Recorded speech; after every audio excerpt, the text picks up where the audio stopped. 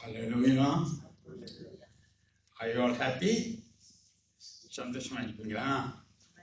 Amen. Hallelujah. I greet you all in the name of our Lord Jesus Christ. நமது ஆண்டவராகிய இயேசு கிறிஸ்துவின் இனிய நாமத்தினால் உங்கள் அனைவரையும் வாழ்த்துகிறேன்.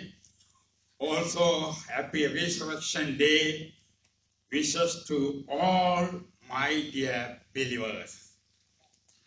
என்னுடைய எல்லா விசுவாச குடும்பத்துக்கும் கர்த்தருடைய இந்த சந்தோஷமான உயிர்த்தெழுந்த நாளை உங்களுக்கு கூறுகிறேன். ஓகே, ஸோ இன்றைய தினத்தில் நான் மரணத்தில் இருந்து உயிர்த்தெழுதலை பற்றி உங்களுக்கு நான் சொல்ல விரும்புகிறேன். Today I want to talk about the resurrection from the dead. Hallelujah. Let us pray. Thank you, Lord, that you are given this chance to share the word of God. My Lord, speak with everybody. And Lord, kindly help them to understand the word of God and help them to practice according to the word of God. Your name only be honored. In Jesus' name we pray. Amen. So,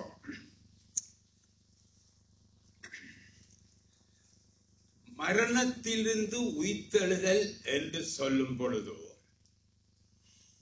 இந்த உலகத்தில் இயேசு கிறிஸ்துவை தவிர வேறொருவரும் மரித்து உயிர்த்தெழவில்லை. When we talk about resurrection from the dead, there is nobody else other than Jesus who raised from the dead. இது ஒரு தற்செயலாக நடந்த ஒரு காரியம் அல்ல, இது ஒரு தீர்க்கதரிசனமாக உரைக்கப்பட்டது, நடந்தேறியது. This was not, Jesus rising from the dead was not just an accident, it was something that was prophesied and then it took place. பரிசுத்த வேதாகம் ஏன் ஒரு வல்லமையான ஒரு நூல் என்றால் அதில் ஒவ்வொரு விடயங்களும் தீர்க்கதரிசனால் உரைக்கப்பட்டது, நடந்தேறியது. So the reason why the Bible is a very special book is because every event, most of the event that we see in the Bible was previously prophesied and then it took place according to the prophecy. வேதாகமத்தில் பழைய ஏற்பாடு புதிய ஏற்பாடு என்று இரண்டு பகுதி இருக்கிறது. So there are two parts in the Bible, one is the Old Testament and the other one is the New Testament. பழைய ஏற்பாட்டில் தேவன் மனிதனை உண்டாக்கி தெரிந்து நடத்து வந்த சங்கதிகளையும் அதிலுள்ள தேவ மனிதர்கள் தீர்க்கதரிசனமாக சொன்ன விடயங்களும் அங்கு அடங்கி இருக்கிறது. In the Old Testament, we see that God is creating man and then how he led man through his life, and it also has various prophetical books which talks about the future. புதிய ஏற்பாட்டில் அந்த தீர்க்கதரிசனமான உரைத்தவைகள் நடந்தேறியது. And in the New Testament, we see whatever was prophesied in the Old Testament happened. நமது தேவன் அவருடைய திட்டத்தை இன்று நிறைவேற்றினார். Whatever God had previously prophesied, or he made his will come pass in this New Testament.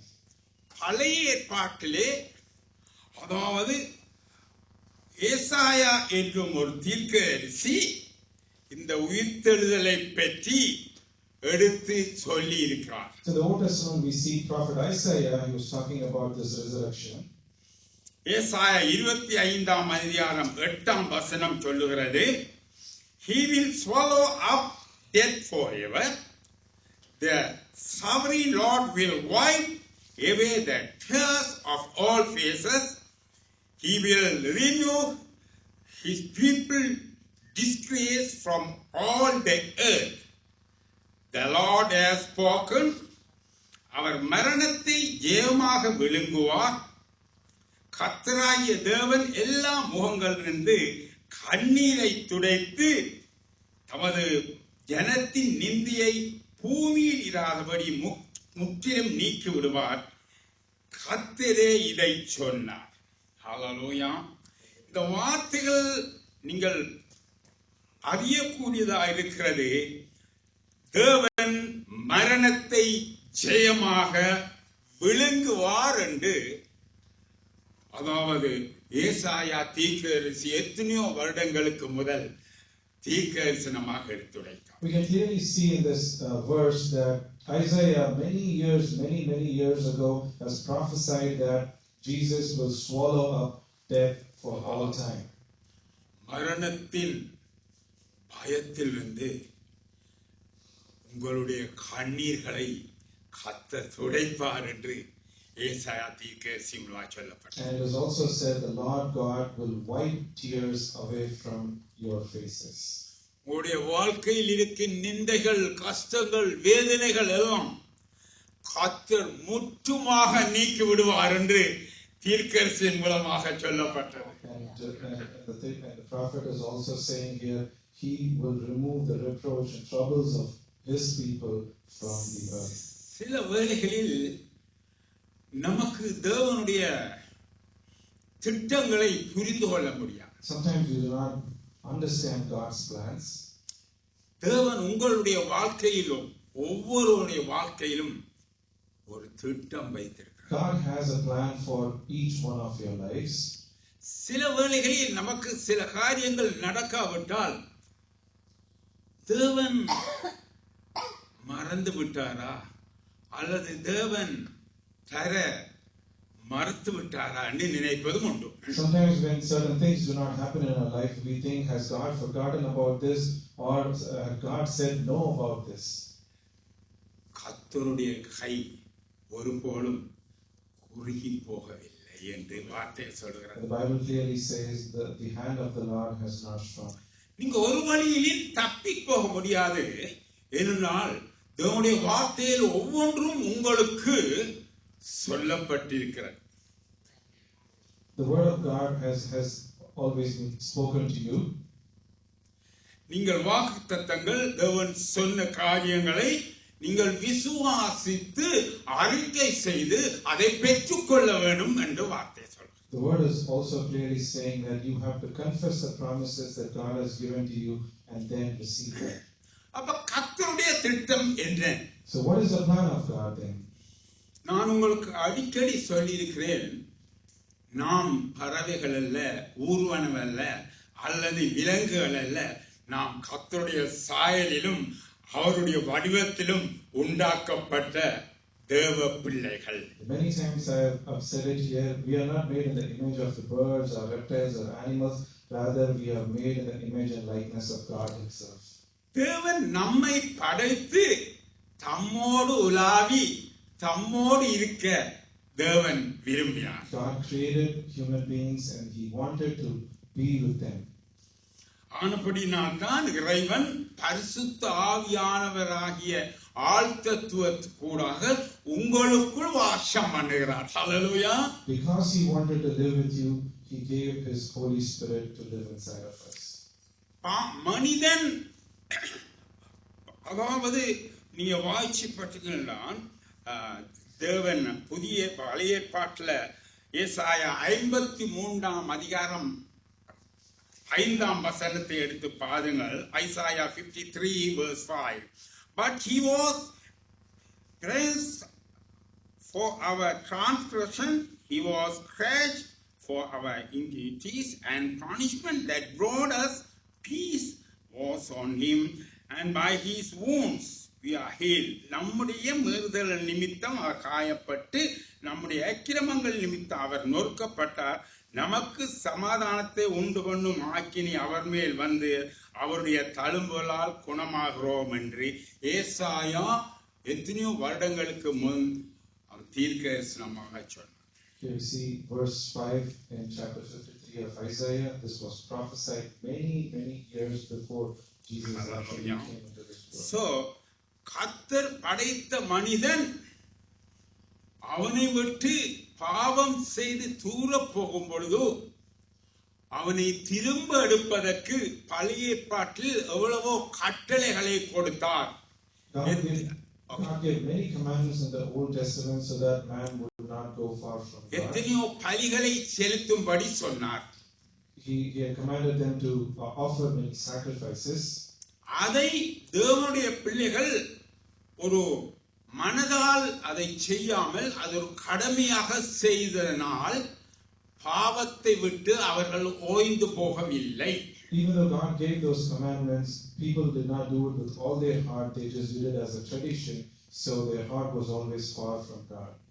மனிதனால் மனிதன் ரட்சிக்கப்பட முடியாது, அதாவது மனிதனால் மனிதன் மீட்கப்பட முடியாது என்று இறைவன் இறுதியாக தீர்மானித்து தாம் மனிதனாக வந்து நமக்கு பாவ பலியாக நமது பாவங்களை சுமந்தார். God knew that man will not be able to redeem himself through the law, and that is why he himself came down so that he died for our sins. அதுதான் இந்த வார்த்தைகள் சொல்லுகிறது, நம்முடைய மீறுதலின் நிமித்தம் அவர் காயப்பட்டு நம்முடைய அக்கிரம் நிமித்தம் நொறுக்கப்பட்டார். அதாவது நம்முடைய மீறுதல் என்று சொல்லும் பொழுது தேவனுடைய கட்டளையை மீறி நடப்பது.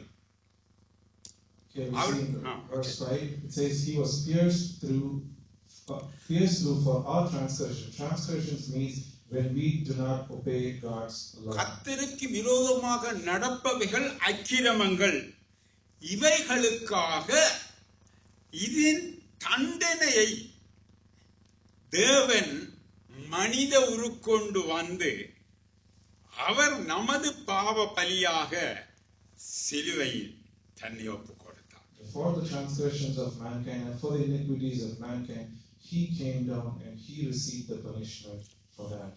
இறைவனுக்கும் நமக்கும் இருக்கிற பிரிவினை என்னென்றால், நமக்கும் இறைவனுக்கும் இடையில் நாம் செய்த பாவம் ஒரு தடுப்பு சுவராக இருந்தது. The sins of mankind was a separation between man and God. அந்த தடுப்பு சுவரை அகற்றி, பாவம் என்றும் தடுப்பு சுவரை அகற்றி நாம் தேவனோடு உறவாகும் சமாதானத்தை தேவகுமாரன் சிலுவையில் செய்து முடித்தார். Jesus has died on the cross so that he could bring peace between the man and God by removing the wall of separation between us. அவருடைய தழும்புகளால் நீங்கள் குணமானீர்கள். Says by his stripes we are healed. இரண்டு விதமான குணமாக்கல். ஒன்று நம்முடைய சரீரத்தில் இருக்கும் வருத்தங்கள் வேதனைகள் சுகமடைவது. அடுத்தது நம்முடைய அதாவது உள்ளான மனிதன் இன்னபீன் அதாவது எங்களுடைய இருதயத்தில் நாம் செய்யும் நமக்கு இருக்கும் வேதனை கஷ்டம் எல்லாவற்றிலிருந்தும் தேவன் நமக்கு தமது தழும்புகளாம் சுகம் கொடுத்தார். The verse here says, by his stripes we are healed. Healing means there are two kinds of healing. One is the physical healing of our sickness. The second one is a spiritual healing of our troubles and sickness of the heart. இயேசு கிறிஸ்துவுடைய மரித்தலும் உயிர்த்தெழுதலும் இயேசு கிறிஸ்துவுக்கு ஏற்கனவே தெரிந்த ஒரு விடயம். That Jesus was going to die and then he was going to rise, Jesus already knew about it. அவர் சீஷர்களுக்கு ஏற்கனவே சொல்லியிருந்தார். Jesus, while he was walking on the earth, he had already told his disciples about his death. Mark chapter 10 verse 33 and 34 say, we are going up to Jerusalem, he said, and the Son of Man will be delivered over to the chief priests and the teachers of the law. They will condemn him to death and will hand him over to the Gentiles, who will mock him and spit on him, flog him and kill him. 3 days later he will rise. அதாவது எருசலேமுக்கு நாம் போகிறோம், அங்கே மனுஷகுமாரன் பிரதான ஆசாரியரிடத்திலும் தேவபாரிடத்திலும் ஒப்பு கொடுக்கப்படுவார். அவர்கள் அவரை மரண ஆக்கினைக்குள்ளாக தீர்த்து புற தேசத்தாரிடத்தில் ஒப்பு கொடுப்பார்கள். அவர்கள் அவரை பரியாசம் பண்ணி அவரை வாரினால் அடித்து அவர் மேல் துப்பி அவரை கொலை செய்வார்கள். ஆகிலும் 3ஆம் நாளில் அவர் உயிரோடே எழுந்திருப்பார் என்று சீஷர்களுக்கு ஏற்கனவே இயேசு கிறிஸ்து சொன்னார். We see in verse 33 and 34, Jesus has already told his disciples what was going to happen. சீஷர்களோடு ஆண்டவர் ஊழியத்துக்கு ஆயத்தப்படுத்தும் பொழுதோ ஆண்டவர்ல எந்த பிழையும் இல்லை. அவர் சரியான டைமுக்கு எல்லாவற்றையும் சொல்லித்தான் இருந்தார். Jesus, while preparing his disciples for ministry, he has always told them what was going to happen, and he was preparing them in the right way. ஆனா சீஷர்களாம் மறந்து கல்லறைக்கு போனதும், பூவை தூக்கிட்டு போனதும், ஸ்பைஸ்க்கு தூக்கிட்டு போனதும், that is their mistake. Jesus already told everything. Hallelujah. A to Z, everything God said. In that time also, he has already taught everything in your life. Hallelujah. So you can't escape from his presence. அவர் எல்லாம் சீஷர்களுக்கு சொன்னது போல ஒவ்வொரு காரியம் ஆதியும் அந்தம் மட்டும் உங்களுக்கு சொல்லி இருக்கிறார். நாம் கர்த்தருடைய கையிலிருந்து நாம் தப்ப முடியாது. அவருடைய தேவ வசனத்தை சொல்லி இருக்கிறார். You can get everything from the word of God. When you read the Bible and meditate the Bible, according to the Bible, when you confess, you will be received everything. Hallelujah. God is alive. God is in your heart. And God is speaking with you. Hallelujah. Hallelujah. So, ஆண்டவர் அந்த சீஷர்களுக்கு எல்லாவற்றையும் சொல்லியிருந்தார்கள். ஆனால் அவர்கள் மந்த இதயம் உள்ளவர்களாக கல்லறைக்கு போனதும் கல்லாறு புரட்டுவாங்கன்றதும் அதை எடுத்து நாம வாசிப்பதும் எம்மாவுக்கு போகல ஆண்டவர் வெளிப்படுத்த மந்த இதயம் உள்ளவர்களே என்று சொன்னார்.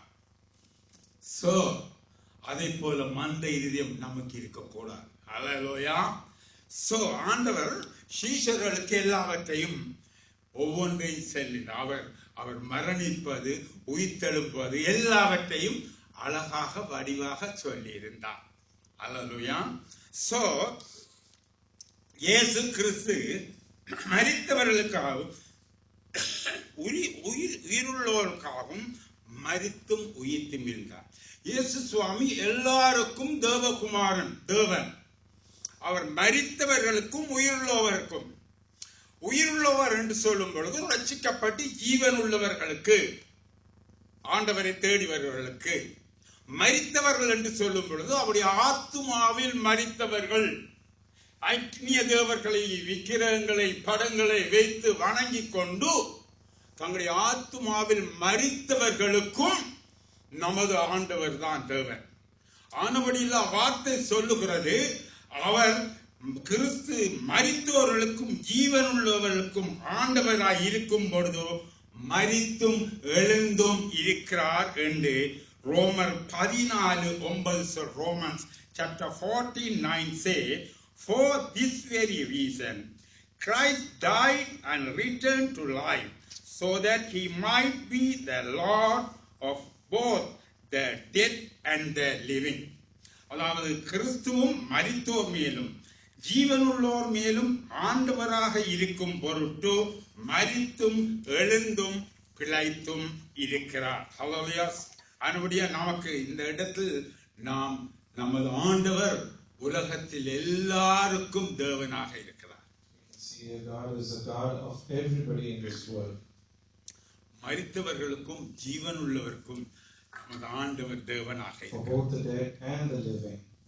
ஏனென்றால் ஜீவன் உள்ளவர்களுக்கு ஜீவன் உள்ள தேவனாக, மரித்தவர்களுக்கு அவருடைய மரித்த வாழ்க்கையிலிருந்து பிழைத்து வரும்படி அவருடைய பாவங்களுக்காக தன்னை பலியா ஒப்பு கொடுத்து மரித்த தேவனாக இருக்கிறார்.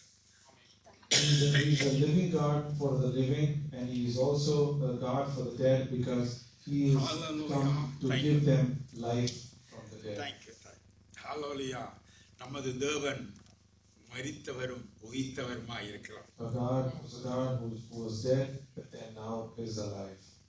இன்னைக்கு உயிர்த்தெழுந்த ஞாயிறை கும்பிடுகிறோம், நாம் சந்தோஷப்படுகிறோம். ஆனா கர்த்தர் மரிக்காட்டி உயிர்த்திருக்க மாட்டார். ஹல்லேலூயா. We are celebrating the resurrection Sunday today, but then if Jesus did not die, then there was no resurrection. வார்த்தை சொல்கிறது, ஒரு மனிதனாலே பாவம் உருவாகி மரணம் ஏற்பட்டது. இயேசு கிறிஸ்து மனிதனாக வந்து அந்த ஒரு மனிதனாலே உயிர்த்தெழுதல் உருவாயிற்று என்று வார்த்தை சொல்கிறது. The word clearly says that because of one man Adam, sin entered into this world, and because of one man Jesus, life has come to us. அழகாக சொல்கிறேன் விவரமாக.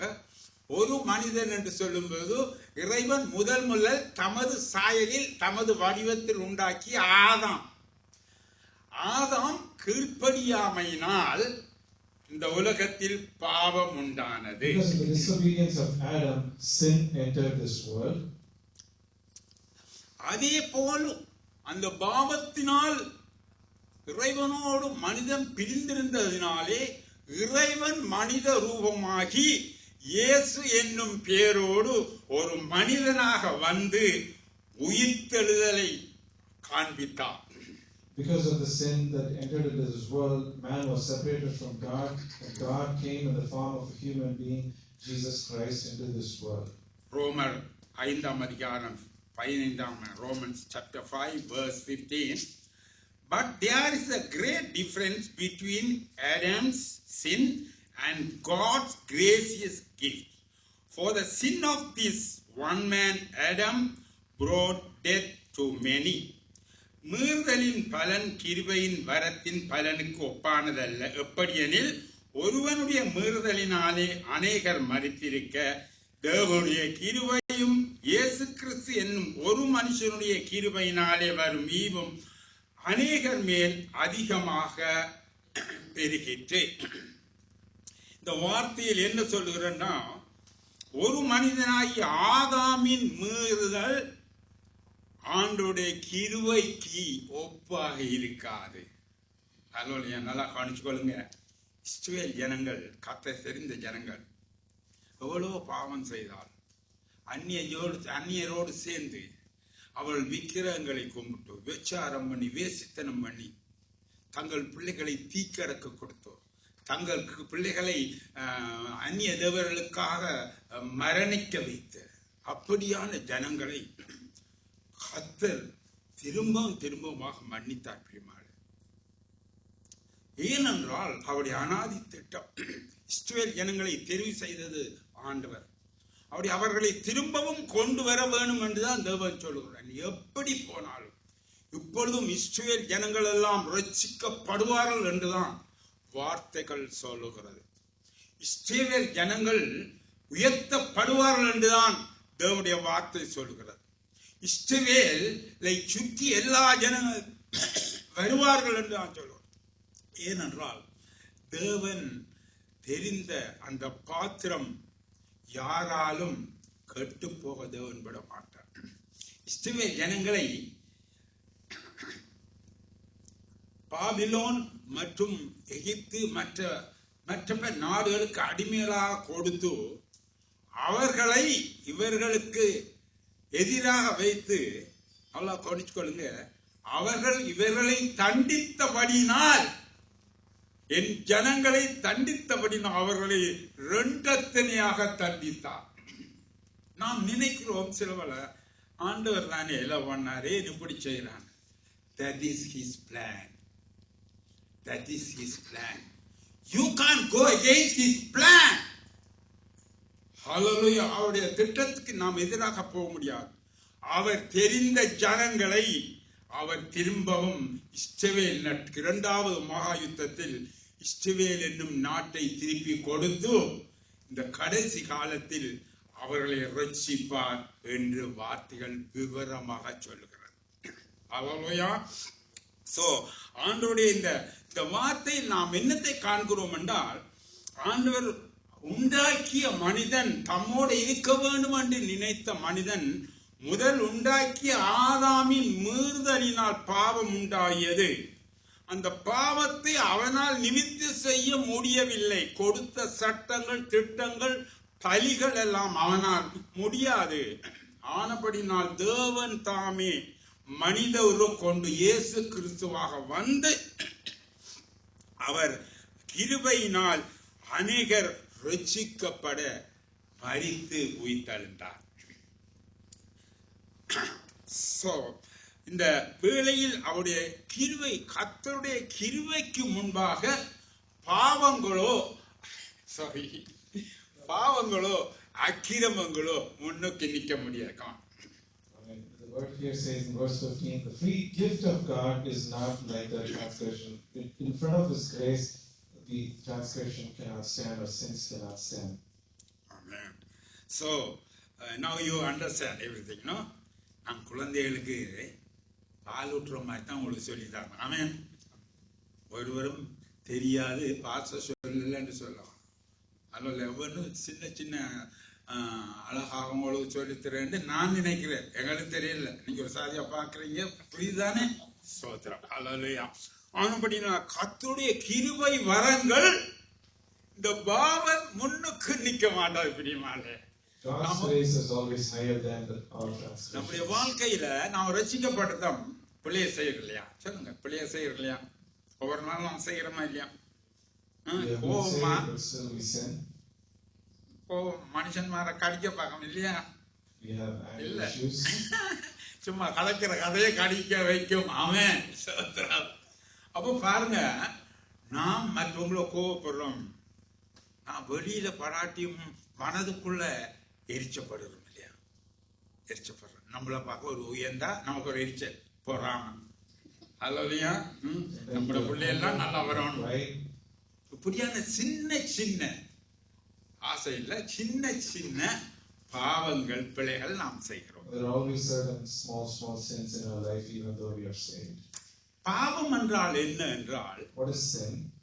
தேவன் விரும்பாத காரியங்களை நாம் செய்வது பாவம். When we do something that is not pleasing to God, then it becomes sin. Hallelujah.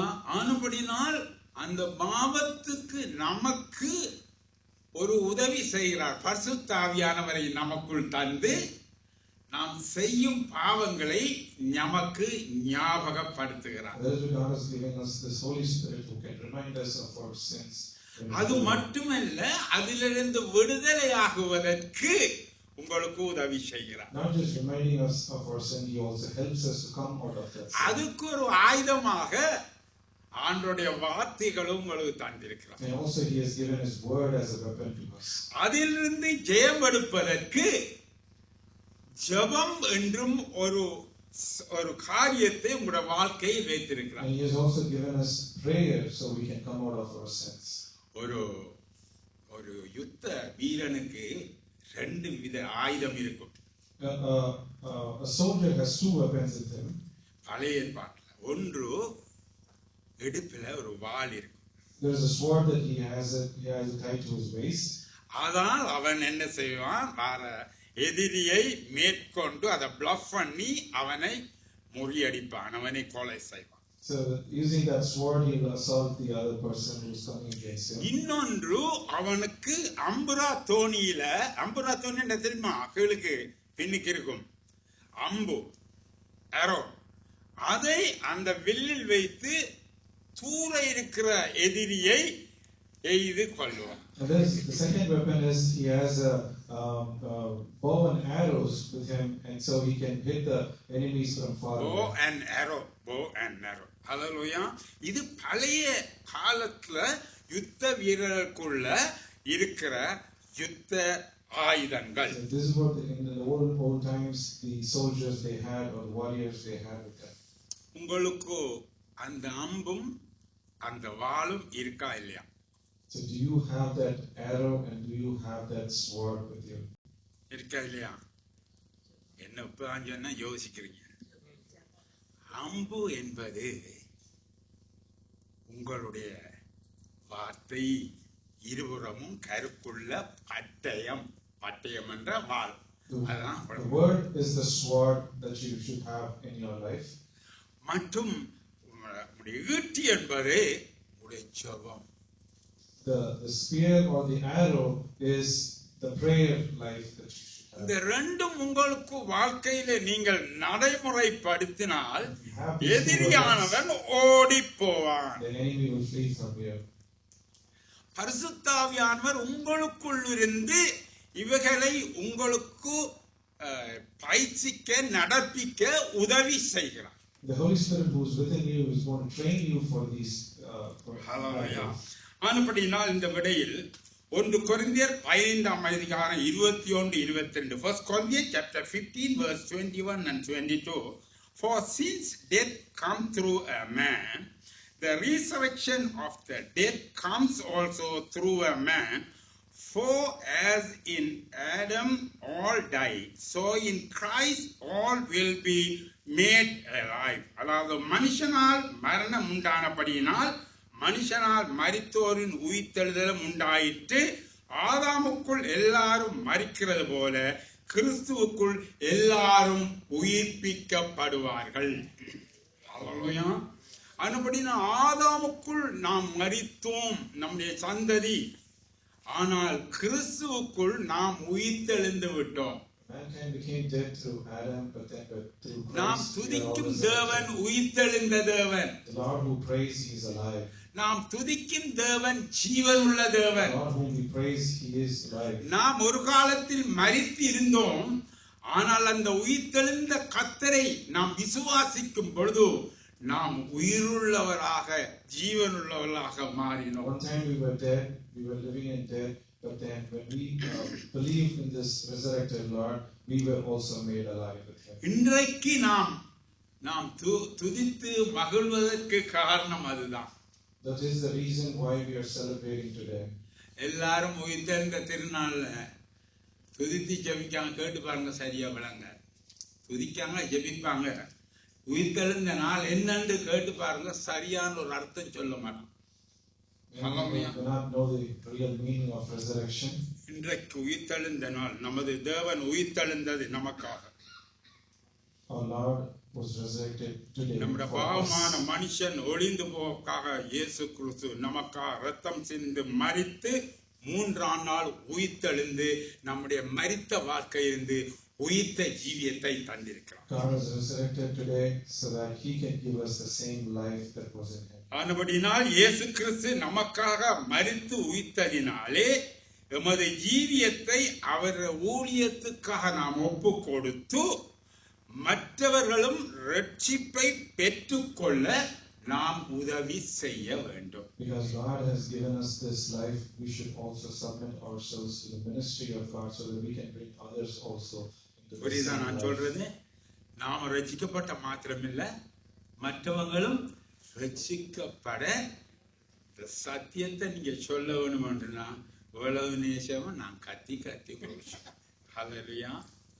Not just we alone getting saved, we also should preach the gospel to others so others can also be saved. நான் அடைந்த பயனை பிறரும் அடைய வேண்டும் என்ற மனதில் ஒரு மேலான நோக்கம் உங்களுக்கு இருக்கான். We should always have the mentality that the goodness that we receive from Christ, that others should also receive. போற இடங்கள்ல wherever you go, உங்களோட சொந்தக்காரங்களோ அல்லது ஃப்ரெண்ட்ஸோ அல்லது மற்ற இடங்கள்ல நீங்க வேலை செய்யும் இடங்கள்லயோ நீங்கள் இயேசுவை பற்றி பகிர்ந்து கொள்ளுங்கள். In your workplaces, share about Christ. அவருடைய விசேஷத்தை நீங்கள் பகிர்ந்து கொள்ளுங்கள். Share about the speciality of Christ. உங்கள் ரட்சிப்பின் நல்ல கிரியைகளை அவர்களிடம் காண்பீங்க. And also show the good works that you have. நான் ரட்சிக்கப்பட்டேன் என்று சொல்வது மட்டுமல்ல, ரட்சிக்கப்பட்டதினால் இந்த நல்ல பண்புகள் நல்ல நடைமுறைகளை மற்றவர்களுக்கு காண்பிக்கணும். அன்பு மாத்திரமல்ல, கிரியையால நாம் காண்பிக்கணும். Not just getting saved, but we should also show to others the good works of the Lord. அப்படியாக நடக்கும் பொழுது கர்த்தர் நம்மை ஆசீர்வதிப்பார். Then God will be able to bless us. சர்வ ராஜ்யத்தையும் அதில் உள்ளவைகளையும் தேடுங்கள். உங்களுக்கு எப்படி கொடுக்கப்படும்? நீங்கள் எதிர்பார்க்கிறதை பார்க்க அதிகமாக கர்த்தர் தருவார். அதான் ஆண்டவருடைய வாக்குத்தத்தம். The word says, seek ye first the kingdom of God, then everything shall be added. கண்களை மூடி ஒரு நிமிஷம் ஜெபம். Hallelujah. Heavenly Father, we thank you, Lord, that you have given the chance to speak about the resurrection. Kindly speak with everybody, my Lord.